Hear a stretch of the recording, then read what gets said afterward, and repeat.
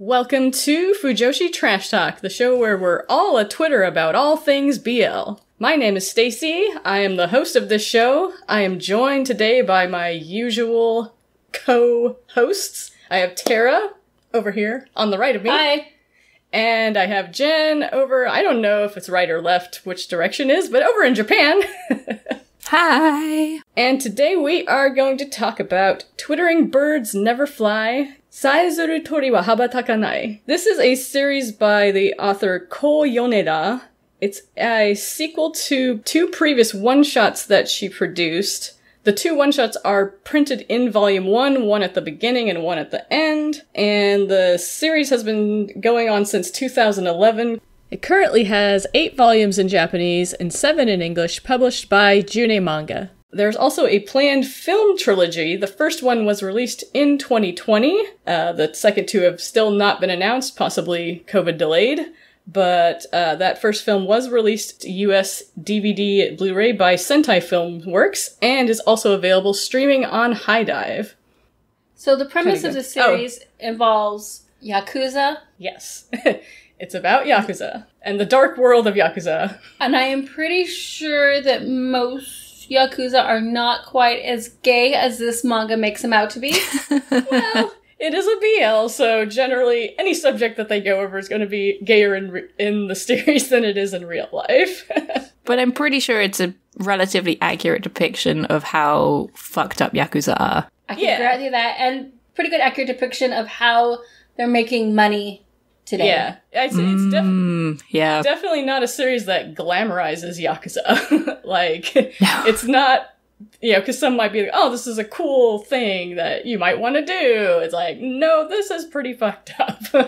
You get out of jail. Gangbang. Oh yeah, I should say a warning near the beginning. There is a lot of talk about past trauma, sexual abuse, physical abuse, so if those are triggering topics, just be warned beforehand because it comes up a lot. Because spoiler alert, everyone is fucked up in this series. Strangely enough, if your life is rainbow and lights, you don't usually end up in the Yakuza. Yeah. So I guess we should probably start with what this series is actually about besides just fucked up Yakuza and gay orgies. What are the parts other than that? Yeah, the main protagonist is Yashiro, who has a nice description that's given of him. At the beginning of the story, he's like, I don't like self-introductions very much, but then once another character, Domeki, is introduced, what he heard about him is the following. He's a serious masochist and a deviant, a lecherous bottom, and the public toilet for the executives. And that pretty much tells you what you need to know about Yashiro. Now, the way the volume starts off, as I mentioned before, it has a one-shot that was published a couple of years before the main story, which kind of makes a couple of side characters the main characters for that story, but Yashiro's still there kind of manipulating everything in the background. So the way it starts is with a short story that's about a Yakuza doctor that's Yashiro's friend from high school, and his story of falling for this deviant punk who Yashiro's trying to recruit to join his group. His name is Kuga, also nicknamed the Mad Dog. And the reason why the doctor's so interested in him is because he has a scar fetish. Yes. Especially burn marks. Just what you want in a doctor is someone who may be getting off from your personal tragedies. And maybe that's why he's a Yakuza doctor and not a regular doctor. I think he is a regular doctor too. Oh, yeah. But he does the Yakuza on the side. Yeah, that's probably true. But phrasing. I'm sorry. There's Yakuza on the side just made me laugh. Yeah, so he starts out being like, I am definitely not interested in any men. And within 30 pages, he's like, oh, I really want to fuck this guy. Because as I said, this first chapter was a one-shot, so you kind of have to get to the sex quickly, or else people, or else it's not going to happen. People will riot, yeah. If you're not sure if the story's going to continue beyond that, then you got to do it right away. No slow burn here. No, there was no slow burn. Yeah. The punk Kuga kind of starts living with the doctor, but they're still just kind of not really doing anything, because Kageyama's like, oh, no, I'm not interested in men, definitely not. But then, somebody hits that Yashiro's interested in the other guy, he's like, oh, hell no, he's mine, so I'm gonna fuck him. And so they fuck. And the thing is that Yashiro's kind of in love with the doctor for a long time. Yeah. But I don't think it's ever really a driving sexual. It was more like he loves him because he's the first person who's ever loved him or cared about him first. Or treated him like a person. Mm-hmm. Yeah, because as we mentioned with the fucked up abuse stuff, Yashiro's parents were definitely not good to him. So having someone who he went to high school with who treated him with kindness, he's like, wow, I've fallen in love for the first time. And as of this point in the story, he still says that, which is like, oh god, how many years? I think it's like almost 20 years after they're out of high school. He's still like, Kageyama is the only one he's ever loved at this point still, but has never had him. And apparently now is torturing himself by making him fall in love with another guy and then watching them have sex through security cameras. Because he wants to know how his friend's gonna react when he actually loves somebody. Yeah, but it still seems like, okay, I guess I shouldn't be trying to apply logic because Yashiro is very self-destructive. So I guess it makes sense. He even says he's a masochist. Yes, that is his primary trait, is being a masochist. So I guess not just with his body, but with his heart, he also wants to hurt himself. Mm-hmm. And he shows that through other ways where he emotionally damages himself a lot. Yeah. Dude needs therapy. He definitely does. Oh god, yeah. What I thought about while reading this is that he's always trying to fill the holes in his body, but he needs to fill the holes in his heart. That's probably why he's such an appealing character to so many Fujoshi, in that he's a damaged soul, and if only this other character could help him fix that hole in his heart. Yeah, maybe. I'll probably get back to this later. I don't know if I want to have hope for this turning out well in the end or not. Yeah. We'll go over that later after we talk about some of the other wonderful fucked up things that go on in this story. I think one thing we forgot to mention was that Yashiro is the leader of a Yakuza group, which means that he has power over a lot of people and can basically say, okay, I want you to do, like, he's also sort of a little bit of a sadist. Yes. When he makes people do things. Mm-hmm. But yeah, massive masochist. He's a massive masochist, but I think I don't think he's a sadist. So he is part of a group, but it's made very clear throughout this series is that he's happy at the level he is, and he doesn't want power. Mm. But I think he's a good boss in that he protects his people. Yeah. Even when he punishes them, because he has to, he's still doing his best to protect everyone under him. Like he says, he'll never sleep with one of his people because of the power dynamic. Yeah. Which is weird because he'll sleep with anybody else. But not for power, just for fun. Well, he does mess around with people who are higher than him or at the equal level of him. Mm-hmm. Yeah, but he will never sleep with anyone under him. He has a policy if he thinks that any of his men are falling for him, then you're out. I'm not dealing with that. But as the story goes on, early on we're introduced to Domeki, which it seems like this is definitely turning into something, but, he's not saying no to that. And because Domeki has his own trauma, he's impotent. So therefore it doesn't actually count. It doesn't count. It doesn't count. Because he's not getting aroused. Yeah, I guess the scene where Domeki comes in, Yashiro's getting fucked by somebody, I forgot who, but it's just some random Yakuza guys. And then he said, okay, I'm your new bodyguard, attendant type guy. And Yashiro's like, okay, yeah, let's introduce ourselves to each other. Like, shut the door. And then he's like, okay, sit down. And Domeki, fucking stupid Domeki's like, sits on the floor by the door. He's like, no, come over here, sit on this chair. Domeki's very much starts out reminding me of like a dog, a puppy. Yeah. Yes. He's the strong, silent, dumb type. He's a himbo. Yes, himbo. He's a himbo. I was with that Domeki, more like Dumbeki. He has a capacity for a lot of love and care, but he very much comes across as a himbo dog. Yeah. And so when Yashiro first has him alone, he's like, okay, I never lay a hand on my men. He's explaining his policy on that. And okay, now take off your belt. And it's like, wait, I thought you didn't lay a hand on your men. It's like, yeah, not my hands. And then he starts trying to suck him off. And that's when Domeki's like, I'm actually impotent. Like, oh. Well, shit. But actually, going forward, for whatever reason, Yashiro seems to love sucking Domeki's floppy dick, because he does it a lot. It's like, I don't know if he just likes the challenge, like, maybe I can get him up if I just do it well enough, or I don't know. I think he has an oral fetish. Maybe, yeah. He just, like, sings in his mouth. Yeah. It's like, I don't care if you're not reacting, but yeah. This one made me think he maybe might be slightly sadistic because he loves fucking with Dormeki. Like, not fucking him, but fucking with him. Fucking with him. I was going to say the Dormeki is an ex-cop. Yes. And he joins the Yakuza because he sees Yashiro and he's so beautiful. And so he wants to, like... I'm pretty sure there's more than that, but his initial reasoning is, well, he's really pretty and I really wanted to be with, like, close to him. Yeah. He has no other thoughts, but boss man, beautiful. Actually, he does admit in the manga that he thought the company he was joining was legit. I know. He thought it was a legitimate business, not a legitimate business, if you know what I mean. Because once again, dumb Eki. He is a bit dumb. Aw. But yeah, so there's this absolutely great section where Yashiro makes Dormeki dress like a police officer. And he's walking around, like, and all the Yakuza are like, what the hell? What are you doing here? There's a cop. Like, oh no, this is just Yashiro's fetish. Don't mind me. No, and I think the funny thing about Dormeki is he says he likes to fuck with him, but let's be honest, I would love to fuck with him. I guess he's a dumb doll. Putting plastic wrap in a doorway just to see if they'll take it. Man, we should make a whole, like, just side stories of twittering birds where it's just pranking Domeki.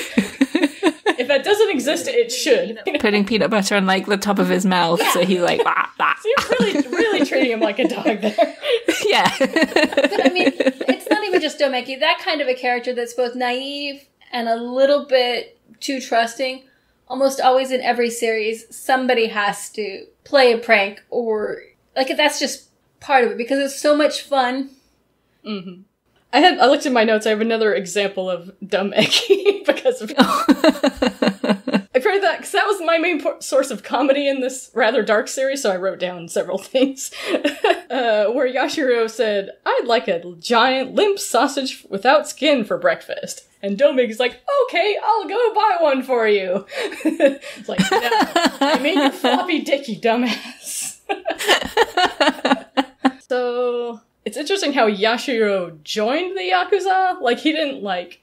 Yeah. He didn't, like, go out, like, yeah, I want to be Yakuza. He was kind of discovered by an older man named Misumi, who's discovered him covered in cum and fucking a bunch of Yakuza guys, and apparently thought, oh yes, this is the guy I want in my organization. But to be fair, and it shows in the high school one, he liked to tie him up with ropes. I'm sorry, that was the next one shot at the end of volume 1, where he talks about how his master likes to tie him up and fuck him. Oh, I think it was more Yashiro being incredibly self-destructive just kept escalating his destruction until he ended up getting involved in Yakuza, who were just, like, let loose on this guy who was like, you know, beat me, fuck me, do whatever you want to me, just make me hurt. Yeah. And then the Yakuza boss walks in and he's like, oh, wow, that's stupid. Okay. Yeah. Well, you know, if you're that desperate, I'm going to con you into being in debt so I can get loads of money out of you. And then finds out, oh, actually, you're actually pretty good at, like, making money. Yeah. And then he, like, elevates through the ranks that way. Mm-hmm. Even though, like, completely accidental, like you said. Like, he didn't mean to. I think it was just... Yeah. A byproduct of his self-destructive behavior. Yeah, a line where he said something like, well, there was no other options for me. Like, a normal life just wouldn't suit him, so it's like, I'm just gonna go out and do whatever, and hey, I stumbled into Yakuza. Okay, whatever.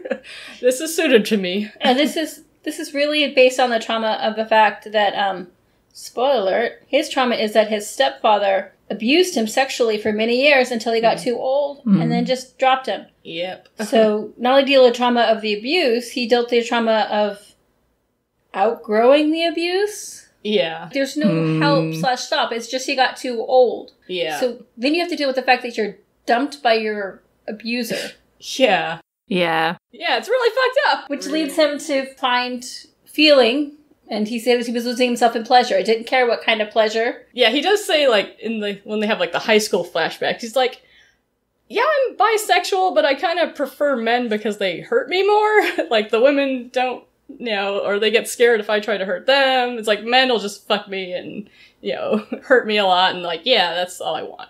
So, it's like, yeah, I'll do a girl, but, yeah, it's not what I'm really interested in if it's vanilla sex. Which is what he says to Domeki at the end of the volume 2, where Domeki asks him, like, oh, would you want me to sleep with you? He's like, I think you'd be gentle in bed. So no, not interested.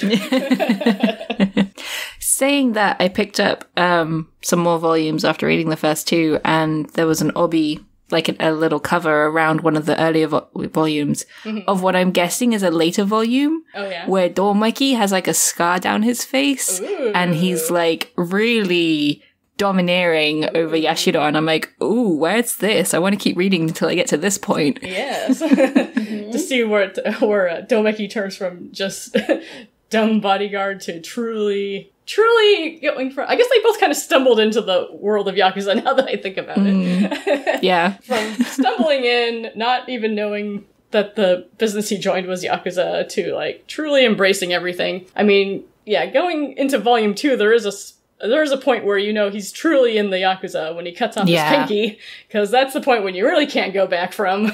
No, yeah.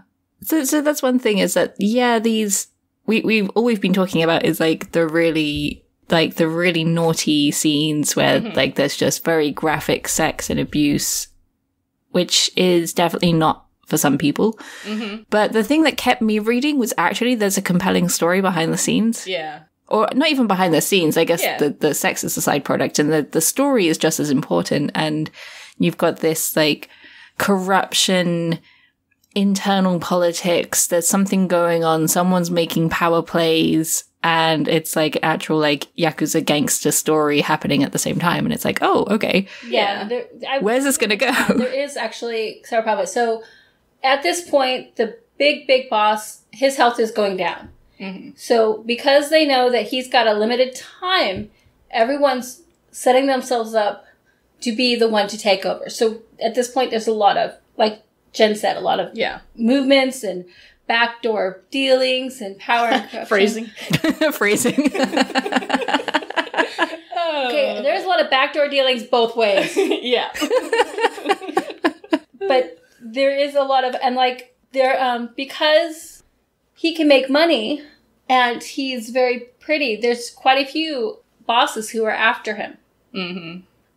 There's this old boss who wants him to follow, and I think there's a couple of others. Because even though he's small, he's actually very influential.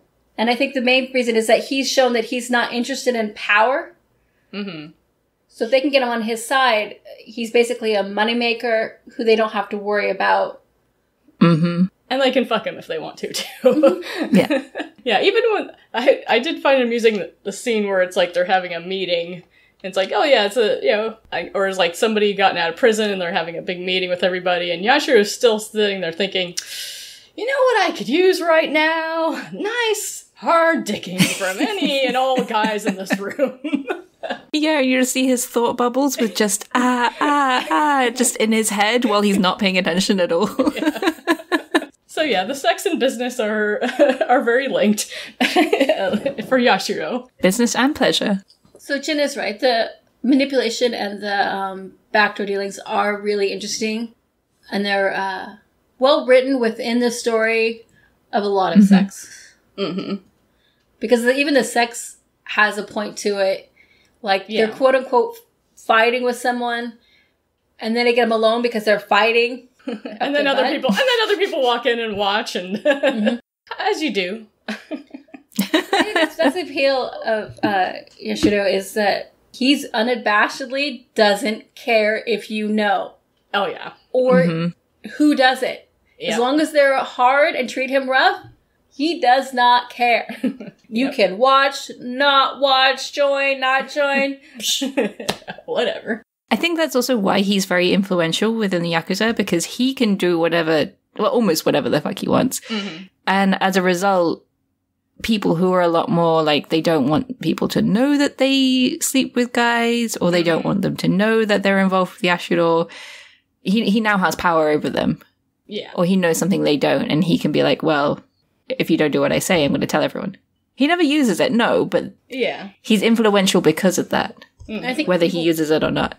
People want him because they want to use him for it, but he himself never makes a point to use it. He is at a level where he is happy. He can make money. He can sleep with people. He's got enough time to sleep with people and make money. Mm-hmm. And he can ignore all his internal pain, or make it. But he can't. Yes, or make it worse. Yeah. Or make it, or find ways to make it worse. So speaking of internal pain, I think that was one thing I really liked, and which I think a lot of other people liked looking at their reviews, is that the artwork portrays the very subtle emotions, and you can pick up a lot about people's relationships with each other just based on the expressions of the characters. Yeah. And it's really good. The artwork and the expression of just humanity is really nicely done. Yeah, it's subtle too. It's not like they have like big facial reactions a lot of times. It's kind of a subtle, eye shift this way or glancing over there. Or, I think the art's it's more a realistic style rather than, your typical manga, young person's manga style. They're not, he's pretty, and they are pretty, but they're not Bishonen. Bishonen. They're Yeah. definitely not Bishonen. And there are uglier guys. Mm-hmm. And their dicks are normal size? Question mark? For a BL, yeah. You don't always see them because, you got the censorship anyway, but it's hard to tell. Actually, that is one thing that they've definitely kept, is the giant yaoi hands. Oh. Like, everybody has massive hands in this. Classic hands. I think another actually interesting thing is that there are actually female characters who appear. In a lot of BL, you don't get that many female characters. Mm-hmm. Yeah, I guess there's Domeki's adopted sister, who, spoiler alert, had rape trauma as well. And that's, Well, I guess, I didn't ever really go over why Domeki was a cop, but then ended up in prison. It's because he beat up his father after he caught him raping his adopted sister. Yeah. And what other women were there? The first 2 volumes, I don't think there were that. There was one woman. there were background, because all the Yakuza scenes, it's all dudes in suits, pretty much. That's true. A little bit of women characters. I mean, there are women, but the nice thing about it is that because they deal with a Yakuza world and an all-male world, it's not like that straight female side best friend. You know, like how the straight females always have the gay best friend. Or the one who loves him, who's trying to break him up so that she could magically make him straight.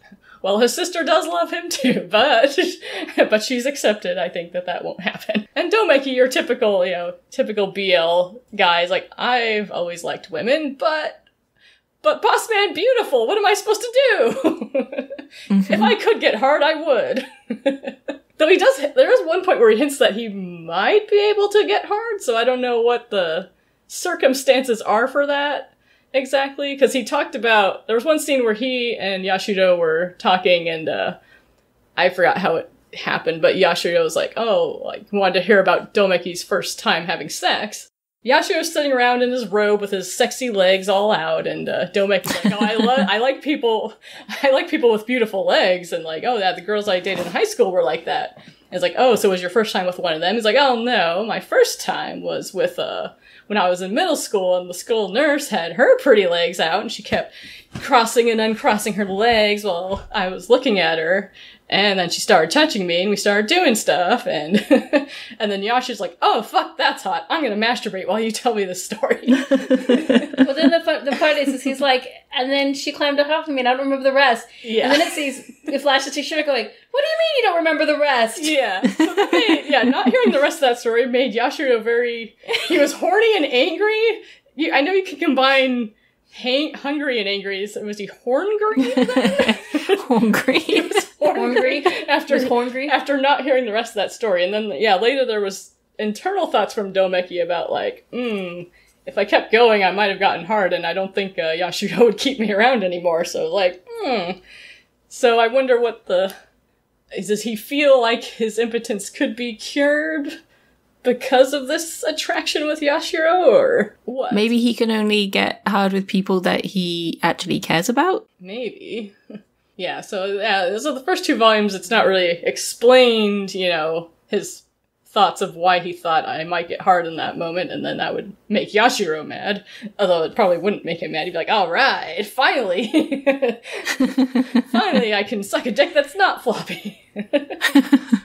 Yeah, this is definitely a slow burn. Kind of reminds me of Ten Dance in terms of the pacing. Yeah. Although Ten Dance is a lot more tame. I know, yeah. Ten Dance did not have one of the guys fucking someone else and the other one walking in and watching and doing all sorts of stuff. But yeah. It's a slow burn between those two. There's definitely a lot of sex happening elsewhere. But between what, seems like it's going to be the endgame couple, it's, very slowly forming between them a deeper bond and connection as they go through their Yakuza lives together. And then I mentioned earlier, I guess I should go into more detail about what caused Domeki to have to cut his finger off the Yakuza way. So yeah, if we're kind of going more into volume 2, there's a scene where they go to a Yakuza-owned porn theater, and then they come out, and Yashiro left his jacket behind, so Domeki's like, oh, I'll go get that for you. And then out on the street, there's a guy who comes up and starts shooting at Yashiro. And Yashiro, being the self-destructive guy that he is like, oh, is that it? You didn't hit my vital spots. Come closer. Come on, shoot my dick if you want to kill me. Yeah. And then Domeki comes out, like, oh no, boss man, no! And then, yeah. And the rest of the Yakuza group are like, you didn't protect the boss. Yeah. You need to take responsibility. And he's like, okay. Off goes the finger. Every time the finger, I cringe internally hard. There's such an internal cringe. Yeah. And that's actually where the movie version ends, the first movie. Oh. That you do see that Yashiro is still alive. But yeah, it's pretty soon after he gets shot is when the first movie ends, so I hope they continue making the movies. It is interesting to watch it as well as read it. But so once Yashiro's in the hospital, he's basically, while he's in the hospital, is kind of doing more flashing back to how he, got into the Yakuza, kind of more details than what we got before, where it kind of goes, more through the whole scenes. Yeah, volume 1 is definitely a lot of this is how messed up the situation are and how messed up the characters are. And volume 2 is now we're going to start kicking into the story and the intrigue. And I think the story becomes a lot more compelling in volume 2. Mm-hmm. Yeah, I guess a lot of times volume 1, you have to do the setup or else, you don't know what's going on. If you're just thrown in too quickly, then it's like, I don't know what's happening or who these people are, so. Yep. But yeah, I think it is good that they had the build-up, and then you start getting to Yashiro got shot, and who's responsible? Is it, rival groups within the Yakuza? Yes. Because not everybody likes the way Yashiro does things, or they don't want him to get more power, and et cetera, et cetera. It's funny, I was talking to Wes about this the other day, how in the West we still call it, a lot of people still call it yaoi, which comes from Yamanashi. Ochinashi, Iminashi. Yeah, so there's no rise, no fall, no meaning. It's all just sex. Pointless sex. Mm-hmm. But modern day BL is a lot of them have really compelling stories and really interesting character relations and really great rise and fall, which is why they're so good to read. I enjoy reading gay and lesbian romance stories a lot more than straight, because the straight ones tend to have less plot, ironically. And so it's we've got this twist now where it's no longer yaoi, it's boys love. Boys love, but these are men. Just a side thought. These are men. Men love. We're men in tights. Tights. No tights. Yeah, I do tend to prefer those type of BL where it's not just a romance. But yeah, something like this where there's additional plot. I mean, yeah, Ten Dance has a lot of plot too. Even stuff like Gravitation Given, they have the music is also part of the story. It's not only a romance, only sex scenes. It's got more going on to be involved with. Funny enough, that's the only stuff I can remember though, is all the sex scenes.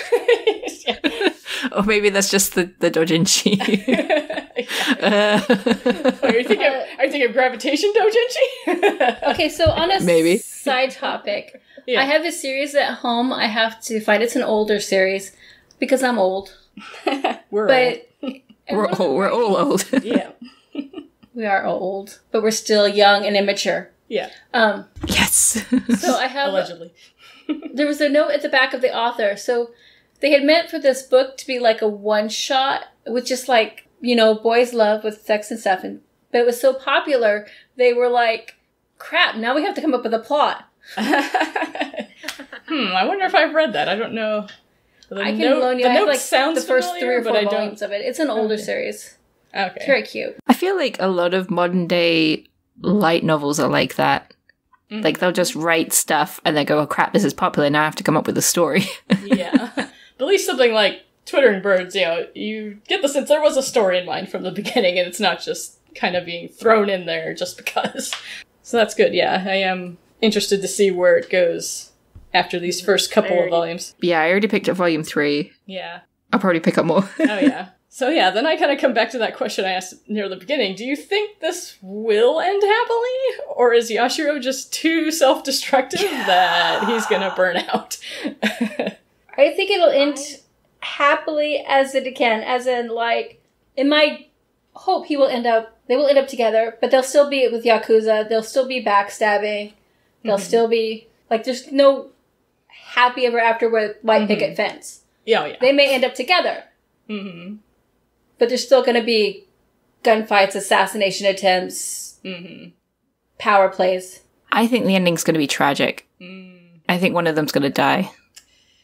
Yeah, I'm kind of on the fence. I do think it could go either way, but I do just see Yashiro as just too destructive to survive, or that he does something reckless and then that hurts Domeki. Yeah. So it's one of those where it's like I don't want to get too attached to this to the characters because I don't know if they're gonna survive till the. I mean they will survive till the end of the story and then someone dies tragically at the end. Maybe I could see that happening. Though I would hope for what Tara said is that they can find happiness in their life and no, the white picket fence would not be suitable for them, but find happiness in their own way would be the ideal ending. But I don't know how close the series is to ending, like if it's because I've only read I've read the first 3 a while ago and then I reread the first 2 before we did this recording, so yeah, I don't know in the current volumes if it's like seems like it's getting near the end or if it's still got a lot left. It has been going on since 2011, so it's been going a long time, so I think I just have to catch up and see what's going on in the current story. So I think for me this is definitely a guilty pleasure. It's not one I'm gonna recommend to people, lest they judge me. Yeah, I guess you would have to know. I wouldn't know the recommend person really well. Not for beginners, definitely not. I mean, unless they like other fucked up things, like if they like something else fucked up, like yeah, here's something else fucked up for you. Yeah, but I think it's definitely don't do this at home, kids. Yeah. Yakuza life is not pretty. 100% fantasy. I do not condone this in real life. It is just, yes, trashy enjoyment. Oh, well, I think it's actually more than just trashy enjoyment in that, like, they put some thought into the maneuverings and the back stuff. So it's interesting in that. But this is not a beginner BL. This is not something that a newly minted 18-year-old, 18 kids, Sure. you just waltz into and pick up and be like, oh, this is what BL's about. I mean, some of it is. But I mean, some this people is definitely yeah. not something hey, I'm interested in BL. What can you recommend? This is not what you start with. Yeah. No, yeah. The series we're going to review next would be one I would start with. Yes. Spoiler alert. We're talking about something much more fluffy next time. So on to our ratings. So as is tradition, our first rating is the eggplant rating, which is how sexy the series is. Do you want to go first, Jen? On a 1 to 5 eggplants? On 1 to 5 eggplants, I want to say 4.5 eggplants because it's super sexy, but it's probably not the greatest content to get your...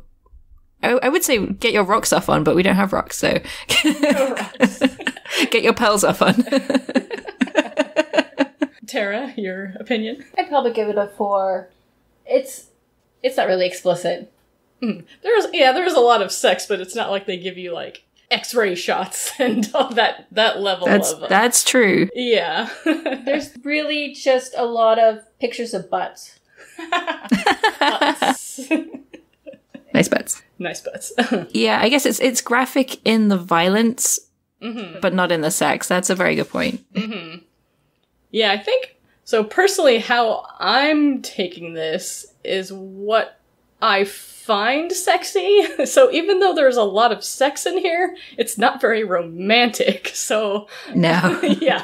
And it's like, so there is kind of, you know, the budding romance between Yashiro and Domeki. So... But, you know, their scenes are mostly Yashiro getting that floppy dick that he loves to suck on.